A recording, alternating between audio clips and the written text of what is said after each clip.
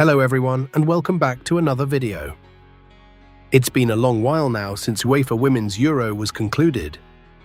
And with the penalties between Sweden and England being used to discredit women's football as a whole, I thought this would be a good time to discuss on how to move forward in improving women's football. Because I believe there's definitely positive qualities. Qualities that's not highlighted enough in my opinion.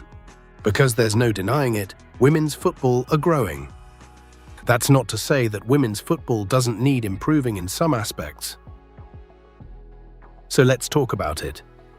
As I am editing this video, I know this has been a long time since my last essay video, and a long time since Women's Euro concluded, and since then have been talked a lot about already. For instance, in order to improve women's football, there has been suggestions like continue to stagger game times to avoid clashes with major men's matches. Invest in academies and better facilities to raise overall standards. More exposure of strong female football players and matches, and the women's team in social media and media overall. But in this video, I want to talk about what we as individuals can do to improve women's football. But first, we need to address the weak arguments out there that I think is getting in the way of the conversation. And nothing embodies the weak arguments better than the user Total 90 Ball, currently known as 90+ HQ, who uses a clip from over 10 years ago to somehow show everybody how low-quality women's football is. Because if we are going to use outdated clips to discredit women's football, I can go even further back and use an even older clip to pick on men's football.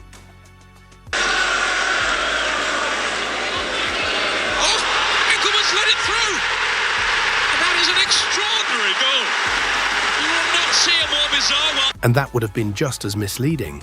I guess it all comes down to is if you observe women's football because you want to improve women's football or simply to make fun of it. Because if you want women's football to improve, then you have a factual duty to also highlight the positive qualities. Otherwise, you can sit this one out. It's stuff like this that's making it hard to have a serious discussion. That's not to say there's arguments, that's weak. But it's worth addressing in the sense that arguments still have some validity in the topic.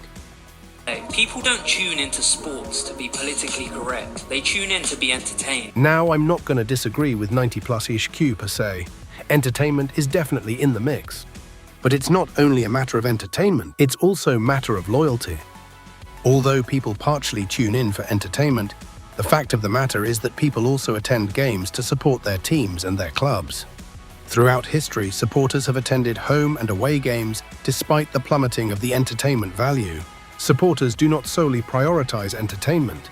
In fact, when entertainment or money has been prioritized too much, supporters has boycotted or walked away from their clubs. Changed the club colors and the name and everything. He openly said that he's not fond of organized fans. Det finns mycket man kan säga om El Clásico. Och visst måste vi konstatera att stämningen utanför arenan snarare påminner om en turistattraktion än en glödhet fotbollsmatch. Vart man än vände blicken såg man flaggor från alla världens hörn, matchtröjor med lag från andra kontinenter och säkert ett par tusen selfie-sticks.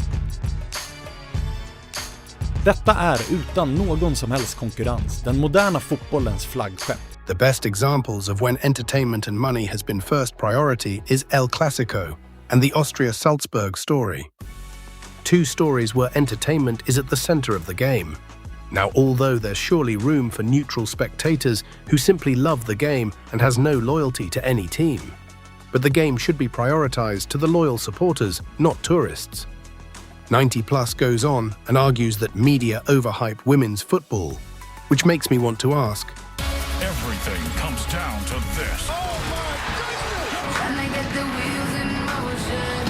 Oh yeah! Bring the noise. It goes! As good as it gets. March is on. Wow! have this man even seen sports in general? Most sporting events, if not all, is overhyped to sell an event to lure the viewer in. Regardless of the quality of something, artists, movie makers, and yes, even athletes exaggerate and highlight themselves or their product in order to show everyone that their product is something positive to have. Regarding 90+ claim that women's football is low quality is debatable.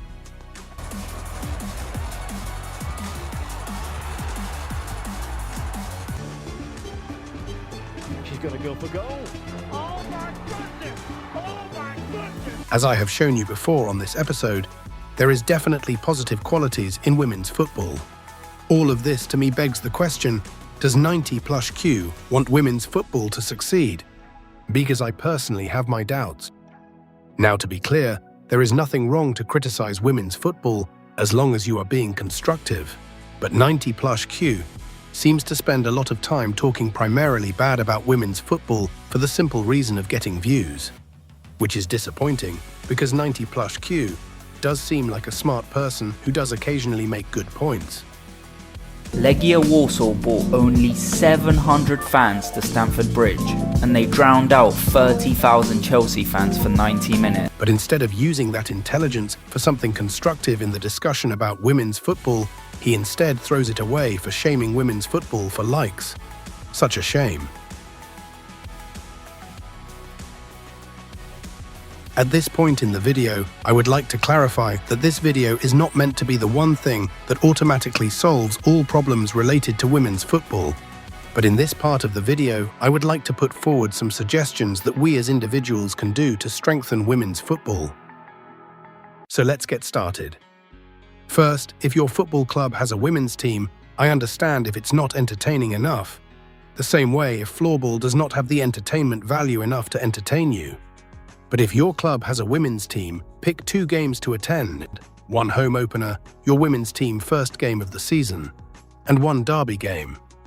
If your women's team does not have a rival team playing in the same division or league, pick a key game, meaning a title game or a game that secure your team's promotion to the next division. Second, if your women's team have a TIFO group, support them, donate money, share and promote their work online. Now, there is much work to be done in improving women's football, much of which has not been covered by this video, but at least this way we can start the first steps together in creating a standard in which women's football can thrive. That will be all for this video. Thank you so much for watching. Don't forget to subscribe, and I will see you all in the next episode.